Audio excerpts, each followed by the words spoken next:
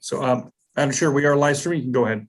Okay, so welcome. Sorry for the delay. I'm glad to see everybody here at tonight's meeting. So welcome everyone to the June 8th, 2021 Heritage Richmond Hill meeting. Tonight's meeting is an electronic meeting being held during emergency pursuant to section 238.3 of the Municipal Act 2001.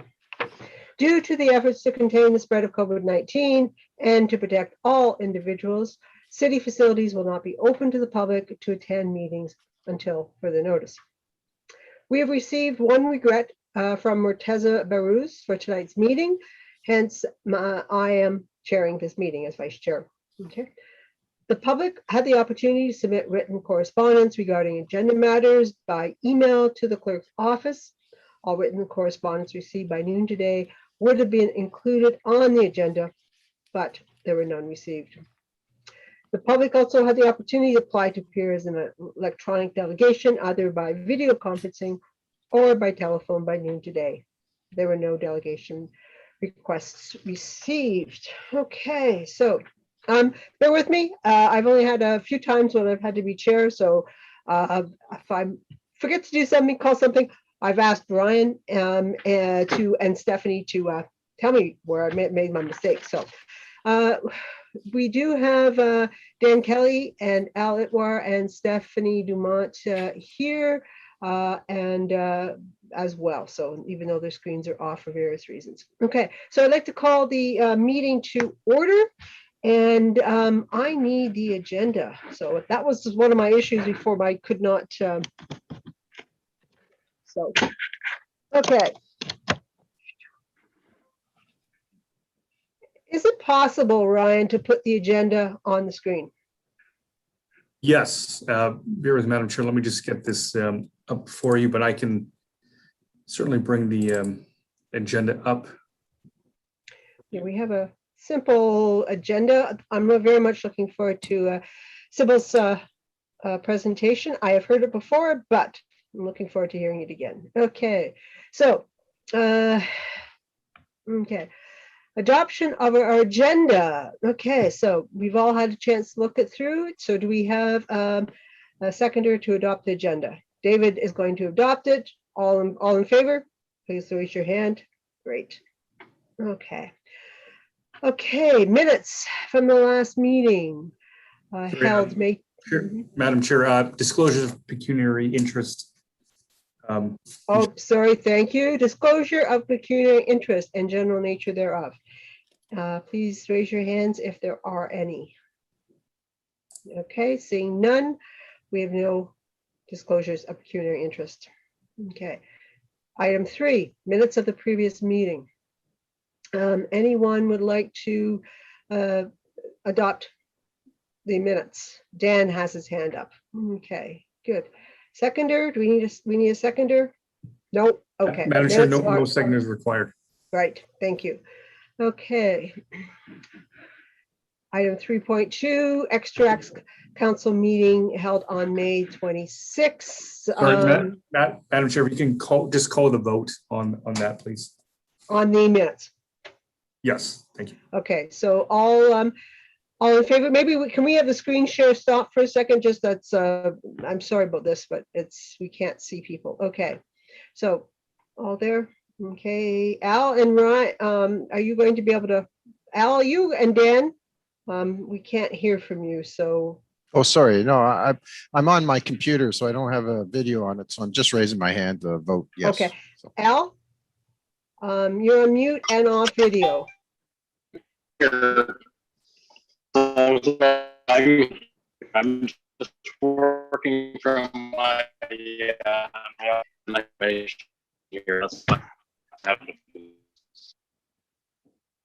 Okay, I couldn't understand that. You want to put something in the chat just as a way, or raise your, okay, we don't have a chat here. Okay. Okay. Ryan, I think we're still fine to proceed without Al's there. Okay, thank you. Can you put the agenda up again? Thank you. I just, again, I had a difficult time printing things out today. Okay. I'm glad we don't have too many things on our agenda. Okay. Okay. Item 3.2, extracts from council meeting C-2721 held May 26. That the extracts from this meeting regarding the following items be received. The heritage permit application. And is that the only issue that, Ryan, that we need to deal with? Okay, and part B, the heritage grant applications of 7 properties listed there.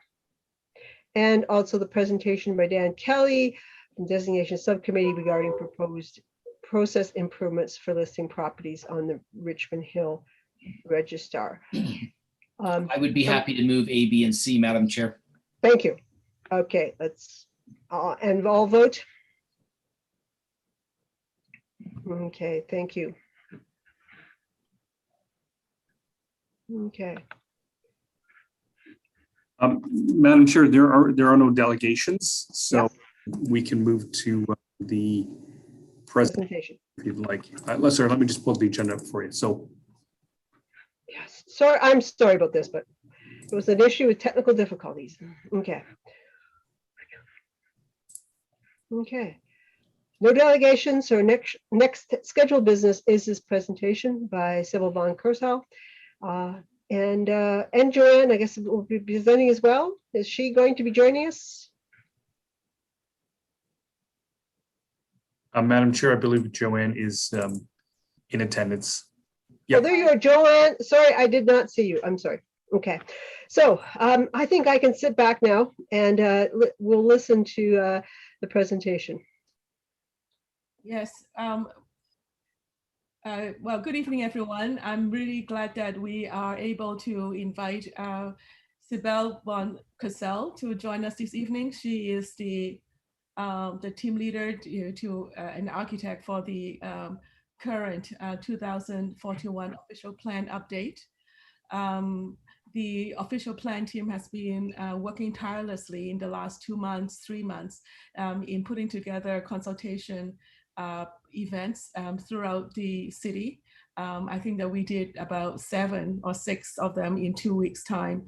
And tonight she is able to provide the Heritage Richmond Hill Committee the presentation that we have shown to other community in the city.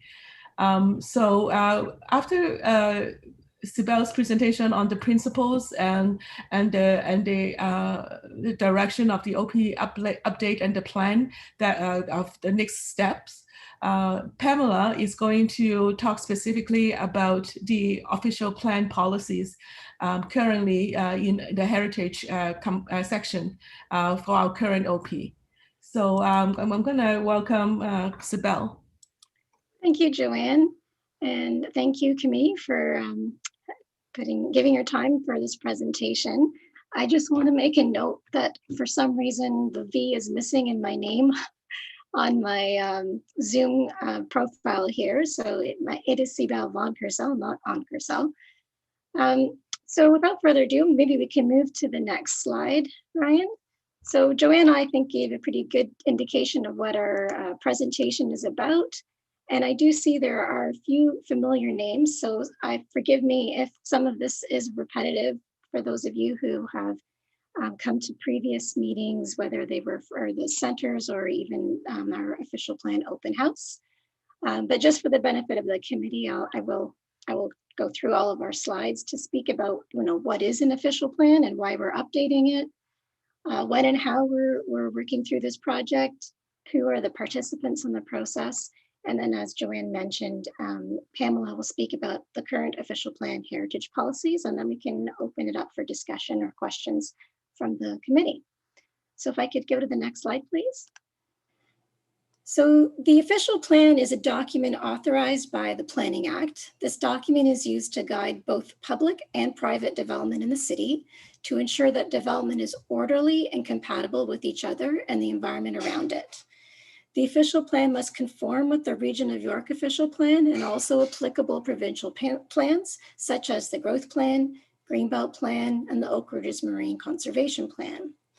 The official plan also must be consistent with the provincial policy statement. The city's official plan contains 5 core chapters.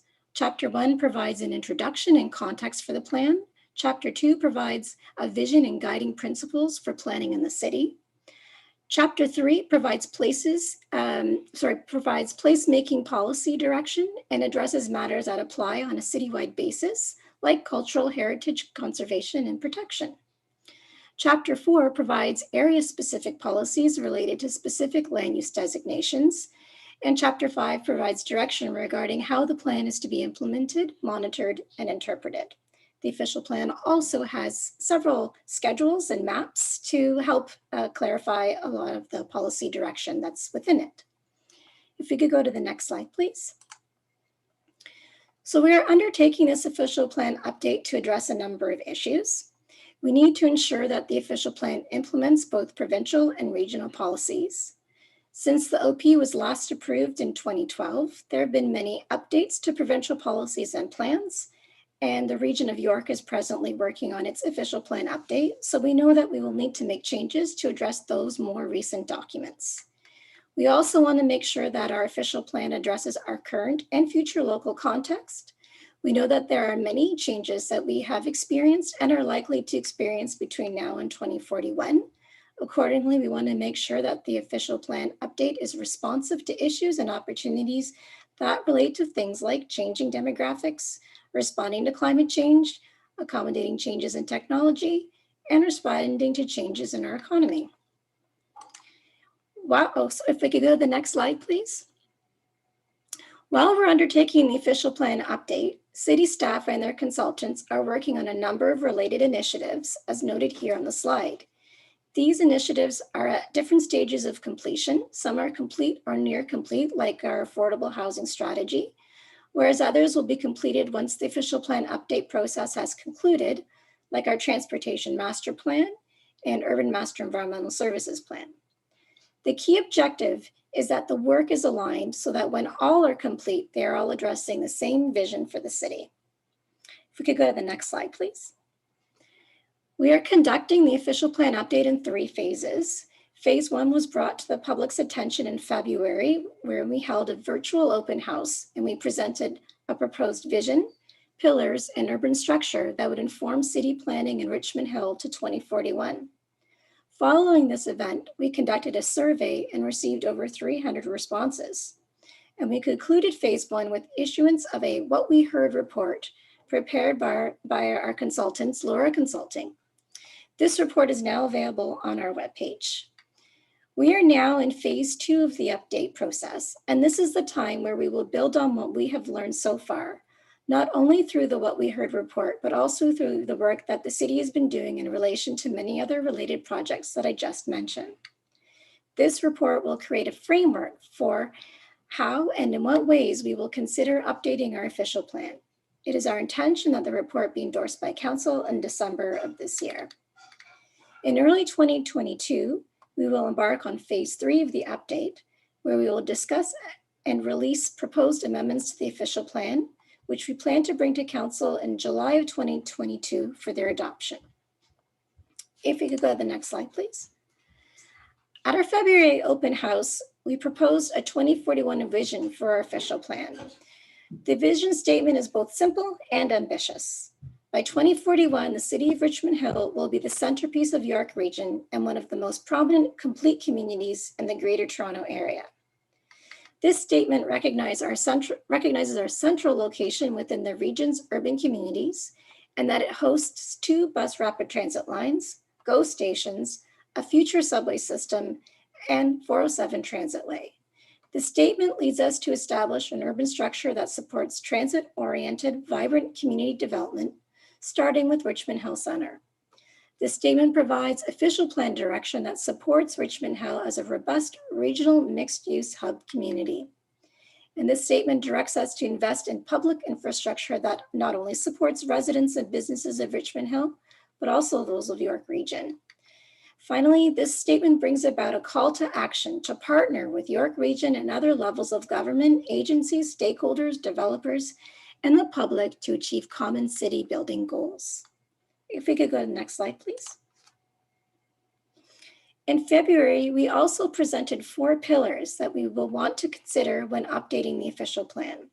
These pillars are the lenses from which we will consider policy changes, with a view to ensuring that all changes will generally address all or most of these pillars. When we look to update the official plan, we will consider whether those changes would have a positive impact on growing our economy and job creation. We'll want to ensure that changes foster design excellence, not just in terms of good architecture, but also in terms of how development relates to each other and the environment around it. And also that the proposed changes protect our natural areas and provide for development that is environmentally, socially, and economically sustainable. And finally, we want to make sure that changes continue to support the protection of places we cherish and that they enhance the lifestyles of our city's residents and workers. This protect and enhance pillar is likely particularly relevant to the Heritage Advisory Committee, as this is generally the lens from which we would consider cultural heritage matters. If we could go to the next slide, please. In May, our engagement consultants, Year Consulting, completed their What We Heard report, which is a culmination of what we heard during the open house, through our online survey, and submissions we received following the open house. In short, we heard a lot. With respect to the vision and pillars, we heard most people had some level of support for the vision we proposed. Only 10% felt that it did not at all reflect their ideal 2041 vision for Richmond Hill. We also saw that there was a lot of support for the 4 pillars. The protect and enhance pillar had some level of support by 96% of respondents, with 72% strongly supporting or supporting this pillar. Can we go to the next slide, please? We are now in phase 2 of our process, and the objective of this phase is to respond to the questions that are noted here on the slide. These were the questions that we posed at the initiation of the official plan update in 2019, and that we think through answering them, we will be able to frame in ways what the official plan requires updates on. I won't read them out, but as you can see, we have identified 6 categories of information that we are seeking related to built form in general, intensification of development, economic prosperity, and responding to climate change. We also know that we have technical updates that need to be done, whether to clarify policies to ensure that they conform with updated regional and provincial plans. And finally, we want to update policies to take advantage of implementation tools that assist with achieving the city's land use planning vision and goals. Heritage matters will likely be included in the response to questions related to technical matters, as our focus will be related to conformity with provincial and regional policies. Next slide, please. To assist with preparing this report, we held 7 workshops in April and May of this year with the business community and the general public. These workshops were focused on specific areas of the city that we see as being the areas where the majority of growth and development will go, and which will have the highest potential for economic impact outside of Richmond Hill Centre. Year Consulting will prepare a second What We Heard report to summarize the responses we receive. It is noted that during these sessions, we did hear comments about places of cultural heritage value, such as the David Dunlop Observatory. Next slide, please. In the new year, we will start another round of consultation, including workshops, open house, and special council public meeting. This time, they will be about draft policies and mapping to amend the official plan and implement the findings of the Key Directions report. These amendments will be considered while applying the 4 pillars. By July of 2022, we hope to have amendments adopted by our council that advance the city's 2041 vision, conform to the regional official plan, and appropriately direct new development in Richmond Hill. Next slide, please. We know that as a best practice, decision-making is best when it satisfies government mandates, is informed by best professional advice, and satisfies the needs and interests of city residents and businesses. However, implementation occurs through a much broader range of partnerships that include other levels of government and so many other stakeholders, as illustrated on this slide. We recognize that these partners include stakeholders who have an interest in cultural heritage, such as this advisory group. Next slide, please. Throughout the OP update process, we intend on using a variety of engagement methods to reach a broad audience and all stakeholders. As you can see on this slide, we use online surveys, we hold open houses and workshops, and our next open house is planned to occur in October of 2021. We frequently update our dedicated webpage. We hold one-to-one consultations with stakeholders and the Indigenous community, and we continuously review and analyze comments and submissions received. And we have created an application where people can pin their favorite places in order to gather intelligence about what it is about our city that attracts and keeps its residents and workers here in Richmond Hill.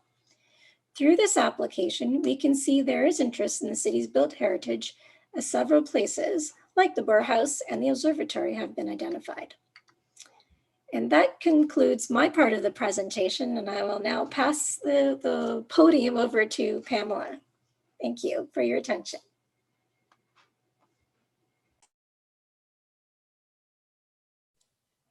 Thank you. Sorry, it took me a while to figure out how to unmute myself.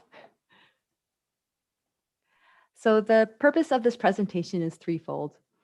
First is to provide an overview of the current heritage policies, which are the result of, as Sibel mentioned, a consultation work done between 2010 and 2012. The second point is it's to clarify the role the official plan policies have. And thirdly, it's to seek clarification from HRH on modifications that may be needed for our heritage policies. So generally, there are two types of heritage policies in the official plan. There are regulatory policies as well as conservation policies. Regulatory policies identify the legislation from federal or provincial bodies that dictate heritage conservation processes and identify tools available for the city to use. The conservation policy, on the other hand, state when these tools may be used in Richmond Hill. Together, these policies build the framework with which the city can protect and conserve its cultural heritage. It's important to note, though, that our OP policies do not include details on processes or the how. Details such as the terms of reference for required studies, how long an appeal period is, or who should get notified for what, are addressed through other documents. If these details were included in the OP, we would have to amend the OP policies whenever there is a change in procedure. And as Sibel mentioned, the earlier portion of this presentation, it's quite a lengthy process to update the OP, so it would be quite time consuming to have to continuously amend the OP with these changes to our policies. So as the current proposed changes to the Ontario Heritage Act deal mostly with process, they don't affect the established heritage policies in our current OP. Going back to the policy framework, the heritage policies in the OP are directed by provincial legislation noted at the top of the slide. The OP takes this legislation and provides policies that arm us with the tools needed to enact the processes created by the province, such as heritage designations and enacting property standards bylaws. And it is these tools that allow us to conserve our cultural heritage resources. In other words, the OP provides us with the backbone with which we can implement the tools used to conserve our cultural heritage. They're especially important when we evaluate development applications where there is a heritage resource either on the property or on an adjacent property. So looking first at the regulatory policies, Section 3.4.2 of the OP deals specifically with cultural heritage. It references the provincial legislation and policy that provides the backbone on which our heritage policies are built. It also outlines the city's principles on cultural heritage conservation and the role of the OP in helping to protect our cultural heritage resources. This section also provides us with the municipal-based tools enabled by provincial legislation. Tools such as Heritage Richmond Hill and the Heritage Register, as well as the ability to establish urban design guidelines such as the Village Core and Neighborhood Design Guidelines. The OP policies also identify the requirements for heritage documents, such as a cultural heritage impact assessment. These policies outline what the tools are and when the tools are used. They don't describe how these tools are implemented, though. These details are included in the Ontario Heritage Act and associated regulations. The upcoming changes to the Ontario Heritage Act deal mostly with these details rather than the principles, so these changes do not impact our current heritage policies. And these changes are slated to come into effect on July 1st. The OP also provides us with tools established through non-heritage specific legislation, such as demolition control, which is done through the Planning Act and which also incorporates the demolition permit system, as well as the property standards bylaw, which is done through the Building Code Act. though the heritage-specific property standards are legislated through the Ontario Heritage Act. Looking now at the conservation policies, most of the heritage-specific policies in the OP identify when the guiding principles and tools will be implemented in Richmond Hill. And to assist the implementation of these policies, Section 7.2 of the OP provides definitions for key terms included in the policies. These include definitions for cultural heritage landscapes, cultural heritage resources, as well as heritage attributes. And as different areas of the city face different challenges in development, site-specific policies have been created to address area-specific concerns. This includes policies established for the DDO, the Gormley Hamlet in the Oak Ridges Marine Countryside. It's the green hash here, if you can see in the map on the left with the red arrow, as well as secondary and tertiary plans, which are shown on the map on the right. The importance of cultural heritage conservation within these areas are identified in these policies. There are also more general policies for the city's approach to heritage conservation that aren't site-specific. This includes guidance for development in areas that have cultural heritage resources, as well as the role of heritage resources in designing trails and parks. The OP also provides guidance on when relocation of a building may be considered. An important factor in ensuring that heritage resources are retained and properly maintained is buy-in from the community. Because if the community doesn't value these resources, then what is the point of conserving them? The OP addresses this by having policies that promote public awareness of the city's heritage. The OP also has a section that deals with archaeological matters. These policies recognize that the area now known as Richmond Hill has a long cultural history that began approximately 11,000 years ago, and that the physical remains of this long settlement history is a fragile and non-renewable cultural heritage resource. These archaeology policies are mostly directed to addressing archaeological resources identified through developments, as well as consultation with First Nations and the Métis communities. So this concludes our presentation. We'd like to open up the floor now to answer any questions and to hear any comments the committee may have. I just want to add additional information is that we provided a cheat sheet for all of the heritage policies in the official plan 2 weeks ago. I hope that you all have received it. So in preparation for tonight's discussion. Just very quickly, Madam Chair, I did receive an email from one of the members, Al Itmar. He is in attendance. He just has to keep his video off for some reasons related to stuff in his background. So he has some confidential material that he's working on, but he is in attendance as well as Dan and Doris. Sorry. Okay, thank you. Do we need to accept the report before we have a discussion, or does that come afterwards? Madam Chair, if you want to have someone to move the motion to receive, we can certainly go down that path, and then you can do the vote once all the questions. Okay, so I think Doris is, votes to receive it? That's correct, Madam Very Chair. good. Thank you, Doris. Okay. I'm certain there are questions and comments. I would just first like to say thank you so much for that presentation, Sybil. It doesn't sound like you've done that probably 20 times before, so I appreciate your enthusiasm and being a great presenter for that information. So thank you for that. And Pamela, thank you for adding those extra details. I'm going to have to look back at that cheat sheet to figure out exactly all the things you said. So that was great. So I really expect there to be lots of questions and comments. Doris, I believe your hand's up. Nope. Okay, I just raised hand was not there. Dan has a hand up there. Sure, why not? No, I appreciate Pamela, you doing that cheat sheet. It's great. It actually helps a lot in terms of understanding and giving an overview of what's in the official plan, because it's pretty big and Sybil, I've been on a lot of these and I can appreciate how complicated all this is. So I do appreciate you going through that presentation. Every time you go through it, I always pick up something that's different. So I appreciate that. I have just two comments. One, and they're sort of general, and I'm not quite sure how they fit into, and they're more of a style. So my general feeling or comment, at least on the summary that Pamela had to put together of the past official plan, was that I thought it would be nice in the introductory area, if we're going to use the same format in the new one,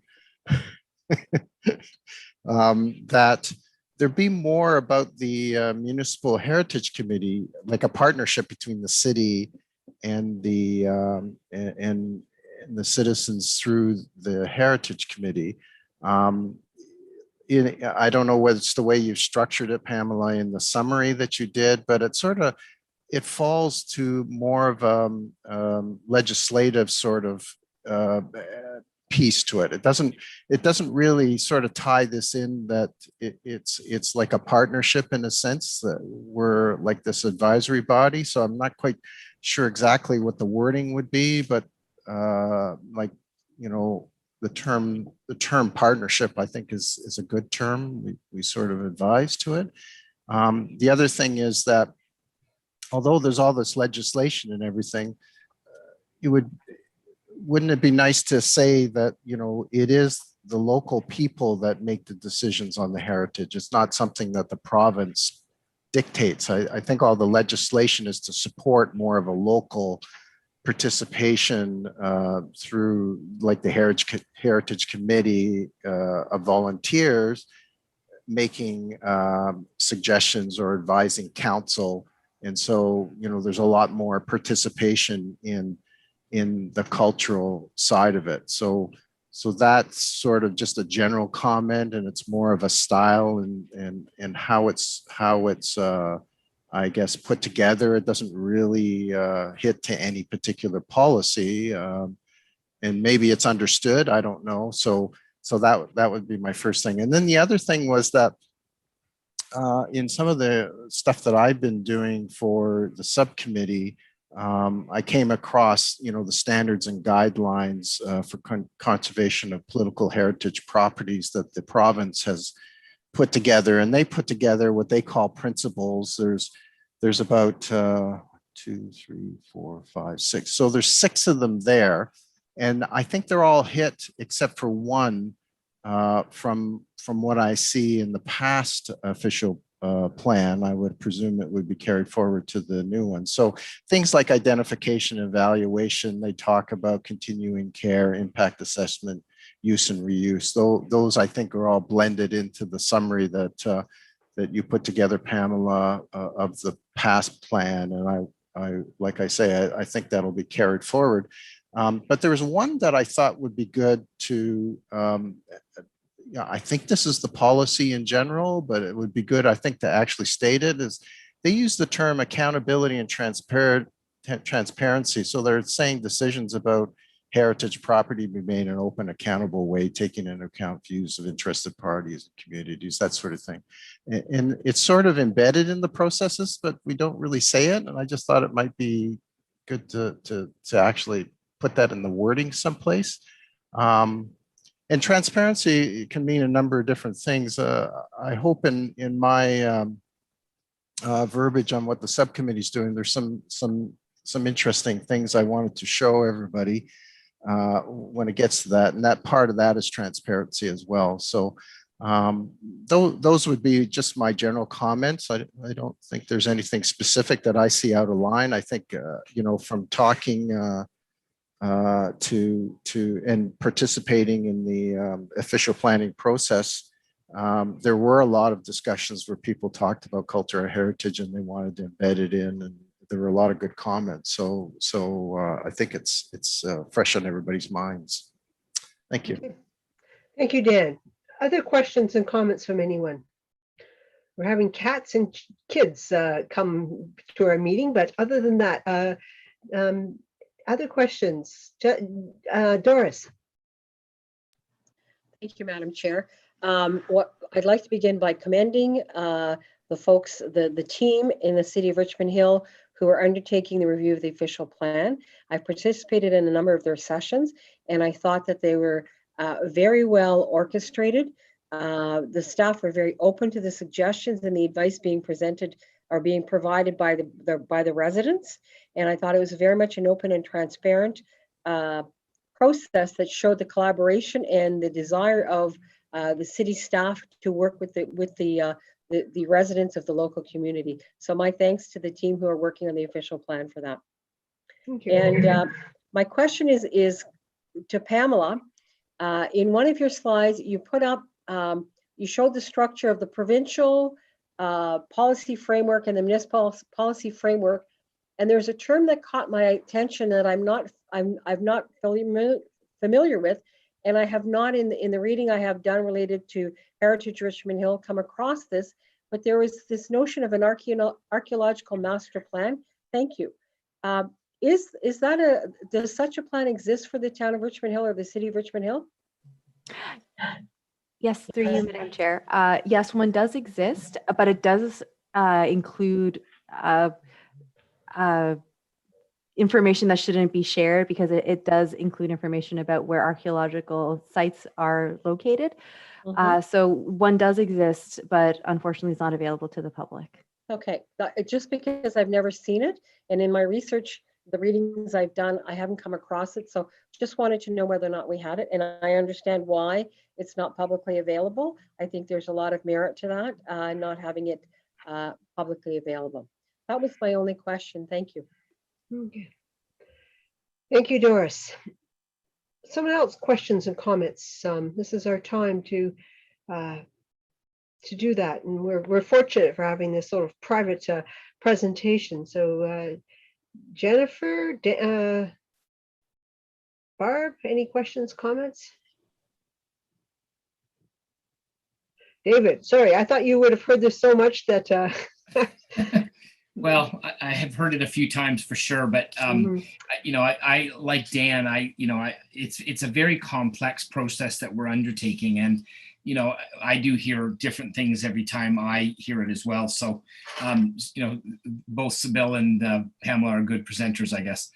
I guess all I would say is, you know, I as a counselor, I've had a few opportunities to state my case about this as well. So you know, I am kind of here to listen to the Heritage Committee, but I would say, I mean, it's clear that the heritage policies that we have in the official plan are very important, and especially in certain areas of Richmond Hill, they're even more important. You know, the historic area around the Mill Pond would be one of them. The Dunlop Observatory would certainly be another.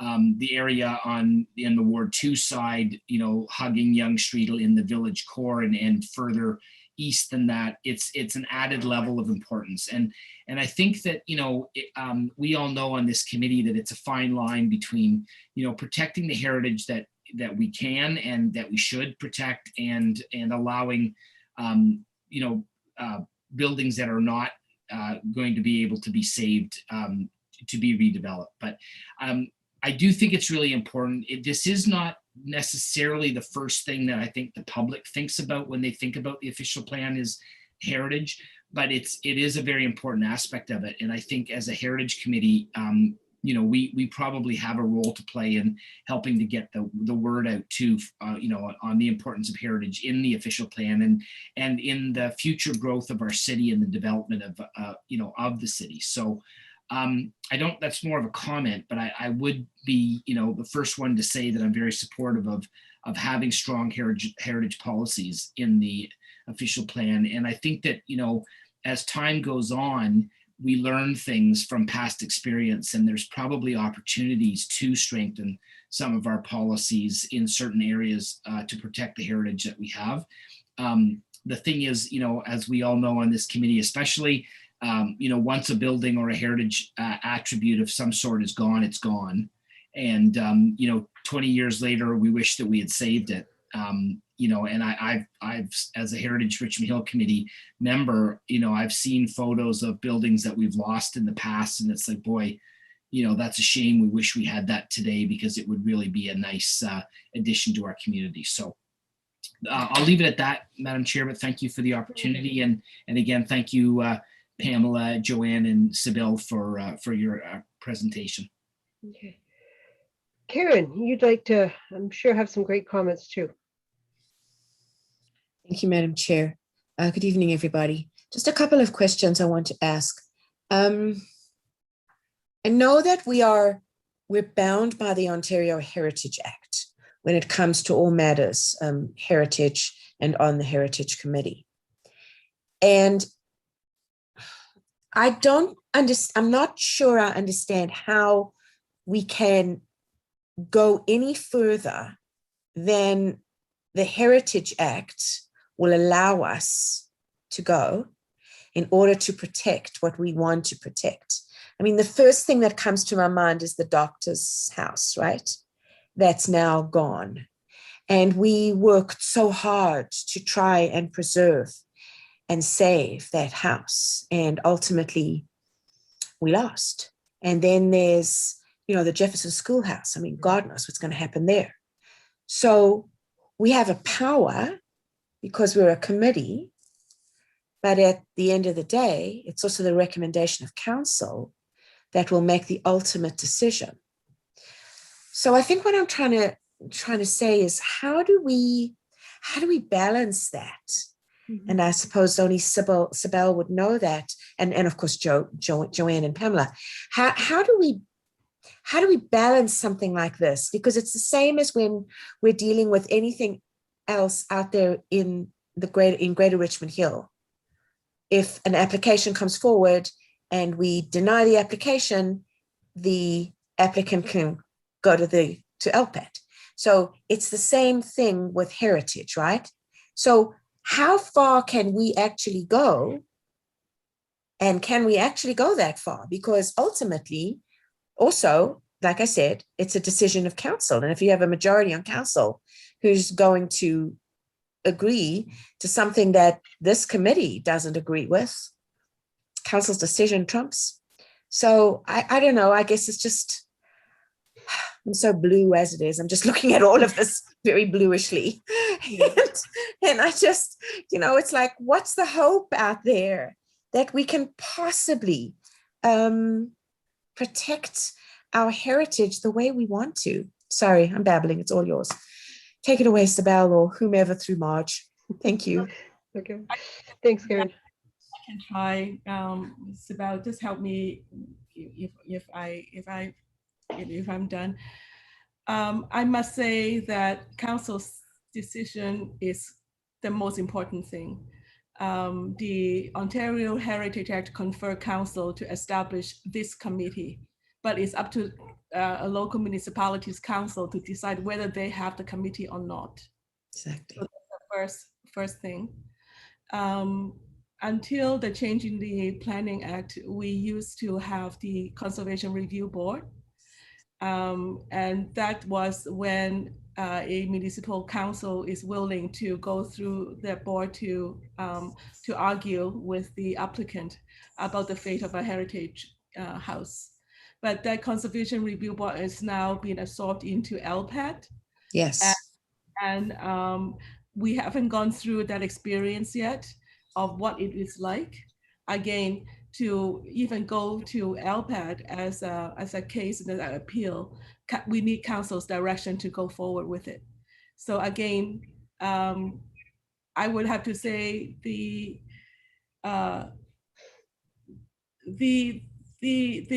manner in which we manage our heritage resources does depend a great deal on the terms of council and their decision, because without their decision, we would not have this committee, and the act really conferred to the local council to make those decisions. So I think that there's also, different times where political wave goes in different cyclically. So I think that when we had the David Dunlap Observatory, when there was a shared understanding of the importance of that building, there was a very clear direction from council. And then when there is a different group come in, we would have experienced different priorities. So I, as staff, have been working in this field for a number of years, and I don't see how we can go beyond what the Act is conferring to us in terms of what we do. What we can do is to establish policy, and we would try to follow the policy as much as possible, to at least in a procedural fashion, we do our best. But in the end, again, the decision remains in council's hand. And also, if I may, through you, Madam Chair, to Joanne, it's also this council exists at the pleasure, this committee exists at the pleasure of council. And according to the Ontario Heritage Act, if a council that is seated doesn't see the need for a heritage committee, it doesn't exist. Is that correct? It is, because it is council, it is actually advisory council, advisory committee to council. It's a standing committee that council has struck and invited and invite local citizenry to actually join and provide advice to them.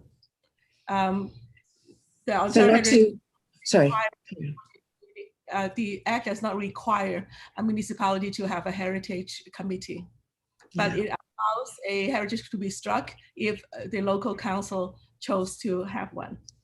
So not to get too political here, but the members of this committee, our civic members of this committee, must just understand that, right?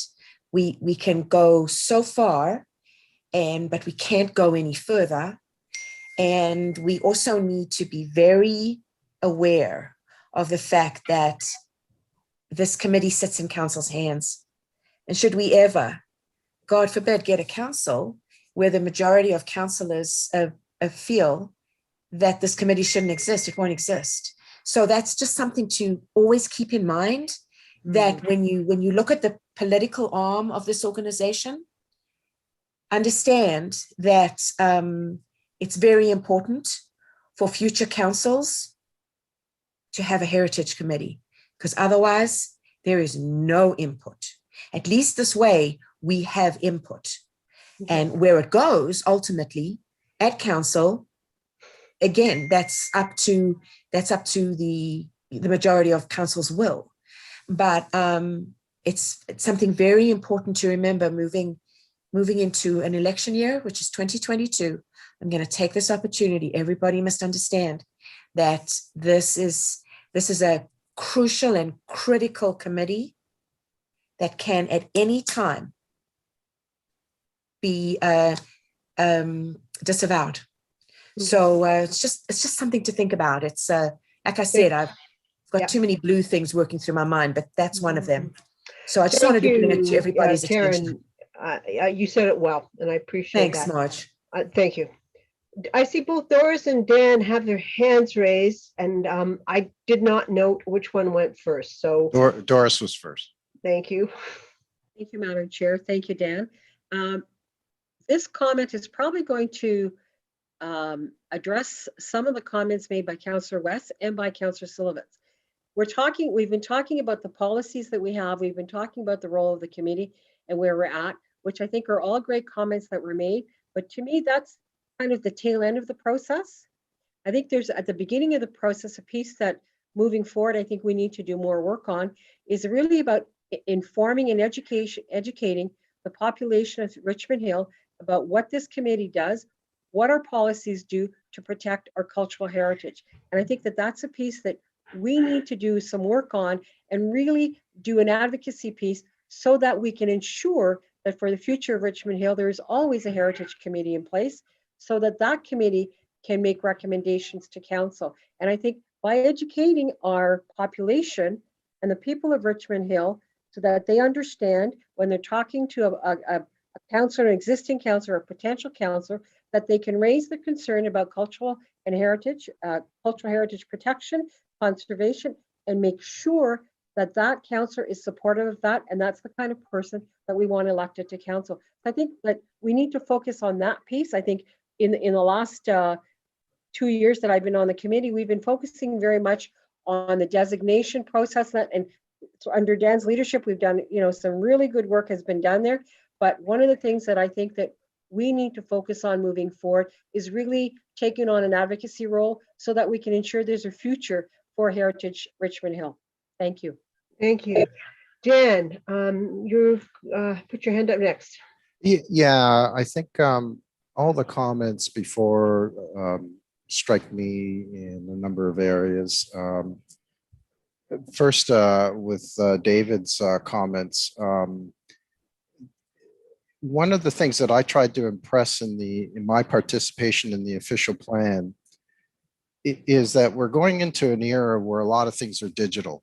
And so to me, we have an opportunity to embed digitally, virtual reality wise, whatever, if that's what the official plan is going to incorporate when we talk about communications, that sort of thing. We're not just talking about physical communications or physical movement between parts of the city, but there's a digital aspect to that where buildings that in the past that are no longer with us for whatever reason can still be brought to bear through like a virtual museum. And it can be wherever somebody, if they're walking in a public space and there used to be a schoolhouse here, I mean, you can pull that up. So I don't know how that fits into the context of the official plan, but certainly there's got to be a digital element to this as we go in the next 20 to 30 years, because so much has happened in the last 10 years in that particular area with communications, that sort of thing. The second thing is, Karen's hit on, I put together this discussion paper on demolition by neglect. I believe, and I do understand, council has the final say on all this, but I specifically mentioned the comment about the partnership in the wording of the policies for that particular reason, is that yes, we serve at the pleasure of council, but if I read between the lines on the legislation and the way the trends have gone over the last 30 to 40 years with regards to cultural heritage, there is imbued in that a principle that there should be a transparency and a involvement of the community through, one of the techniques was through the heritage committees, the volunteers from the citizens of the city. And yes, they don't have to have this, but certainly if you look at the majority of councils that are in the province of Ontario, you're going to find the majority of them do have heritage committees. And if there isn't one for a particular city like ours, there would be a lot of questions that would be asked. And so hence my comment on transparency. Transparency can be at a number of different levels. So I think transparency can include information. As Doris talks about education, I would tie that into the education element and publish information to people. Right now, we have no information. And so after this discussion, when I had my opportunity to talk about the subcommittee, I wanted to demonstrate to you some information that might be of interest to everybody. And I think the last thing is that there are a number of levels with regards to how we can protect heritage. And one of the levels that I was pursuing in the last couple of meetings was the bylaws with regards to maintenance of these buildings. And by and large, first of all, it was difficult to find out what the details of our bylaws are with regards to heritage. Pamela put me back on the right path. My my original impression was that the bylaws that we had seen in the presentation that we had seen talked more about securing a vacant building for safety reasons, but nothing really was in there talking about heritage and protecting heritage.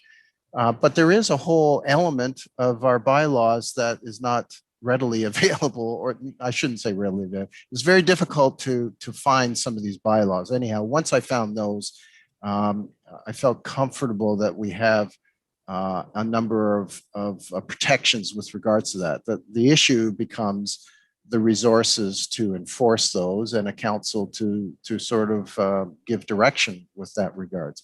The one thing that, again, I still feel is lacking is there's always a carrot and a stick when you come to these sort of things. And one of the sticks that I think can be incorporated in, and that probably requires an effort to go to council and include it in the bylaws, is that there's very clear penalties in the Ontario Heritage Act as opposed to the Planning Act or the building codes, I guess.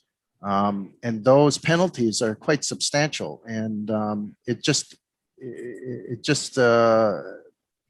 know, it needs to be spelled out, and I think it could be used to make sure that people are aware that these things, they're exposed if this type of thing was to happen. But again, I'm going to leave it with that comment. So I think that's basically it, and the number of different areas that that feed onto what I was saying before. Thanks. Okay, thank you, Dan. And I actually have some questions, Sybil, I wanted to ask you.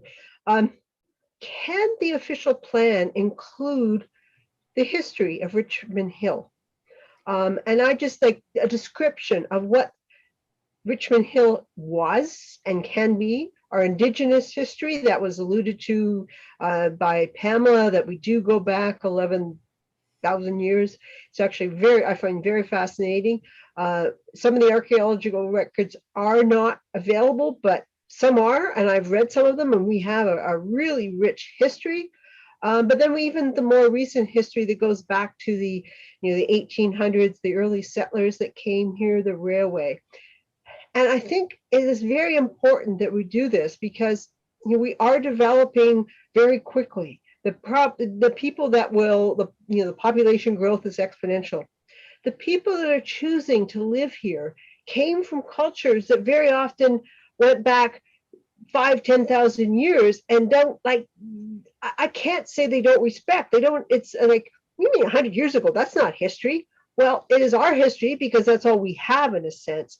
So I feel for those reasons, we need to tell the story. And I certainly agree with Doris, the idea that we need to do, if at this committee or beyond, the idea of advocacy, of telling our story,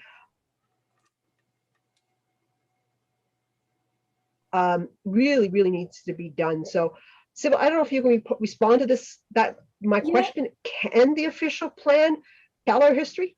Yeah, so actually in the chapter 1, the introduction, there is a description of the history. So I urge you to take a look and see if that needs further embellishment.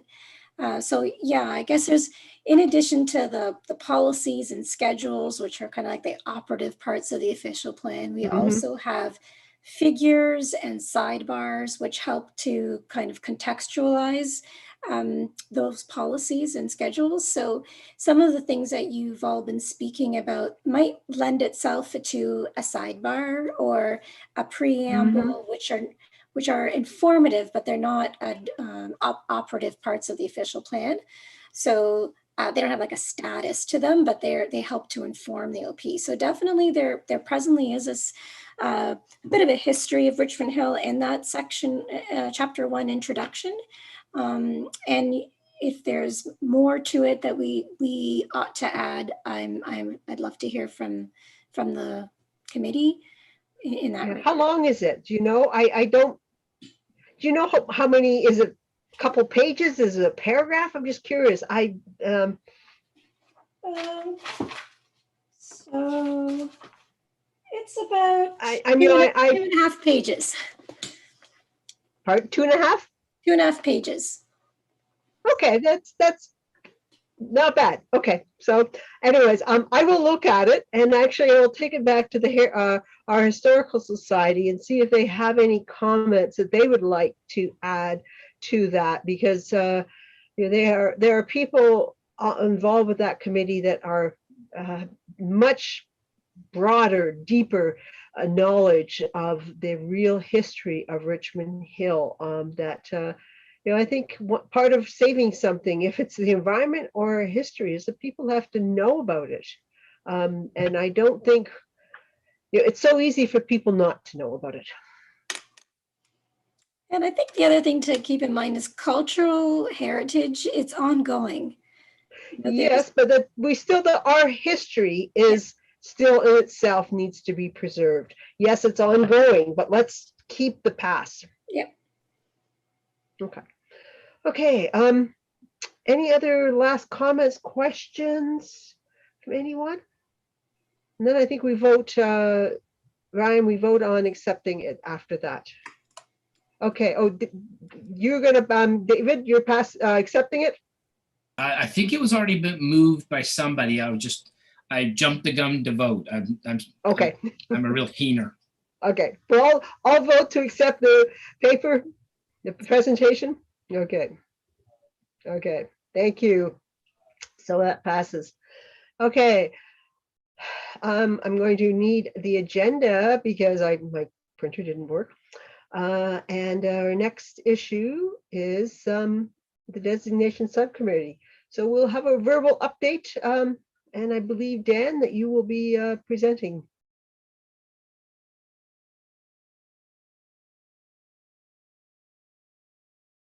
Dan, you're on mute right now.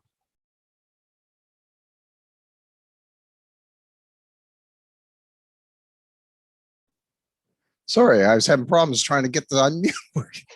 This meeting is cursed, so that's Ryan, I have some screens to share in part of my discussion. So can I just go ahead and share the app? Do I have to do it by application? Is that the way it works? Through you, Madam Chair. Yeah, Dan, if you want to share, you can either just choose the application or share your screen. Alternatively, if you want, you can email me your slides. I can post them for you if that works, but either way is good. Okay, I'll try and share them. One's just going to the web to show something, so there's really nothing to. Okay, let's see, where am I?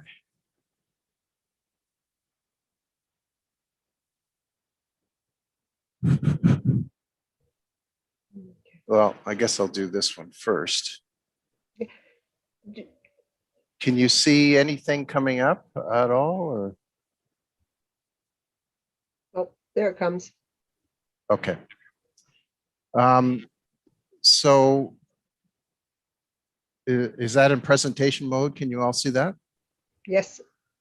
So I did some little homework in trying to take our heritage inventory that's published, the 2001. And I thought it would be interesting to see what it looks like by ward, because that's information doesn't seem to be readily available. So rather than use, the city's resources, they've got enough to do themselves. This was sort of just playing with some of the numbers. But I'm wondering if there's any surprises there to anybody in terms of how the spread is between the wards. David, you seem to be the winner. The other thing that was interesting to me was, the total seemed to be around what I thought, 360. That 360 doesn't include what we call the Heritage District, the Gormley Heritage District, but it does include the individual properties in there. So that's included in the numbers.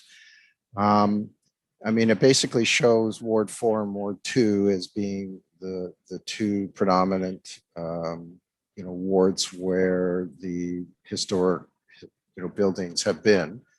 And again, we're looking at these buildings that are predominantly prior to 1920 sort of thing. And as we talked about in that presentation that Pamela had arranged for us, you know, there's so much more that's happened after 1920, and the listing, the process that we had put together and designed tries to incorporate that in the questionnaire that you sort of go through. So we'll see that sort of grow over time, I hope.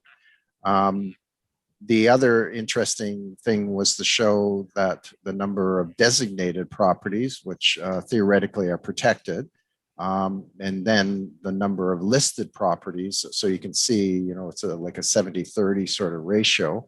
And then I had no idea what the amount was that the city had owned. So that sort of gives you a sense of what the city owns and is responsible for. Any questions on this at all? Any surprises? Any comments from anybody? I feel like I'm trying to guess which all the city-owned properties are. David and Karen, can you list them all? Okay, that's Anyway. not fair. I didn't study for the test. Sorry. Yeah, no fair. Yeah. I know Okay. some of them, but you know, Yeah. some. The Anyway, next, sorry, I just, yeah. no problem. That's good. The next one, I just put together some global statistics. The first one, I think, Karen, you'd be very interested in. I had raised the question at a previous meeting about maybe we should have a vacancy register where we can sort of use that as an idea to understand which properties are vacant or which properties need to be monitored a little more specifically, to be a little bit more preemptive in the way that we look at these things. So what I did was I just took a look at the pictures that were on our inventory and compared them to Google, and it's my subjective opinion that there's 21 properties that look to be vacant or look to be in a state of disrepair. And of those properties, 13 of them were designated, which is actually 10% of all our designated properties in the city. And 8 are listed, and that's probably 2 or 3%, I guess, of the 100 and some odd that we saw on the previous screen. So with this information, one could look at this, say from a designation subcommittee to say, well, maybe we should look a little closer at those 8 and see if there's something we can do to make a suggestion as to those should be maybe looked at as designated properties. You know, again, it would go through the whole process at the council and all that sort of stuff. So this is the type of thing of transparency. It gives you information for you then to sort of how to allocate what resources you want to apply, limited resources, that sort of thing. So I've shared this with the staff, and I'm curious to hear any feedback once they've had a chance to digest it. The other thing is that there is a plaque program, but there wasn't anything on the 2001 inventory about the plaque program. So I went back to 2008, and we had talked about this very early in our term about plaques. So this is just the statistics on that. There's 142 in total, according to that old PDF, and 23 of them were bronze plaques and 114 were wooden plaques. I know Pamela has told me that you're in the process of reviewing that because there's a lot of work there in terms of the last 10 years and things have been moved around, that sort of thing. So so it's probably to be updated at some point in the future. And then Karen, we had talked sometime, I had brought up a comment about, well, relocating a particular heritage property. And I know it's not practical, or it may be practical, but it has been done in the past. There's been 14 of them that have actually been relocated at some time in the past, according to the current published inventory. So I thought this was information to share with everybody. Maybe you're aware of it, maybe you weren't. I think this type of thing helps a little bit in terms of focusing our attention on certain things. So any comments is welcome. Any questions on the numbers, that sort of thing? Karen has a question there. Thank you, Sure. Madam. Thank you, Madam Chair. Through you. Thank you so much, Dan. Yeah, from my understanding, and Joanne can jump in here at any point, my understanding is that it is up to the property owner and the landowner who becomes the de facto owner of that heritage built asset as to whether or not they will pay for it to be moved. From what I can speak to myself, is that when we moved the pump house on the Dunlap lands, Metris was, this was something we dealt with through the OMB mediation that went on for nearly 9 months. And they, Metris agreed as part and parcel of all the negotiations that they would lift the pump house up and they would move it, and they parked it on the parking lot of the Dunlap, and it's there now, and that they would give it. They would give it to the city, which is exactly what they did. So you have to have a willing landowner. And I know when we dealt with the Quant's house through you, Madam Chair, to Joanne, the Quant's house, which sits at the T-junction of High Tech and Bayview, where there's that Tau condominium development. The little Quant's house, we managed to get the lawyer, I spoke to him personally, the lawyer of that property, of that landowner, when they were going through the application process, that they would lift the house up and they would move it, I don't know, 10 feet or 12 feet to the north so that it could be saved. Otherwise, they wanted to demolish it. And they agreed to do that, to lift it and move it. But the process of lifting it and moving it is very expensive, and it is also it's done at great risk.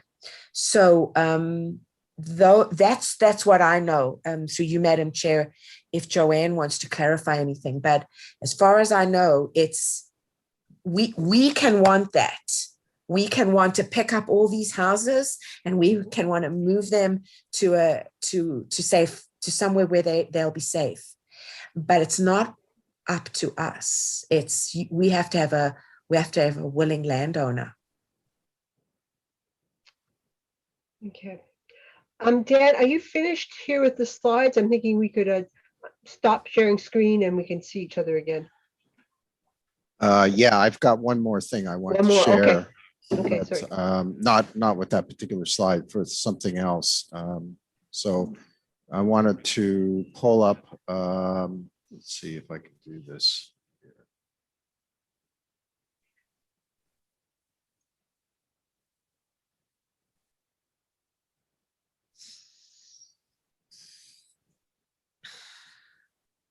Okay, do you see a map in front of you?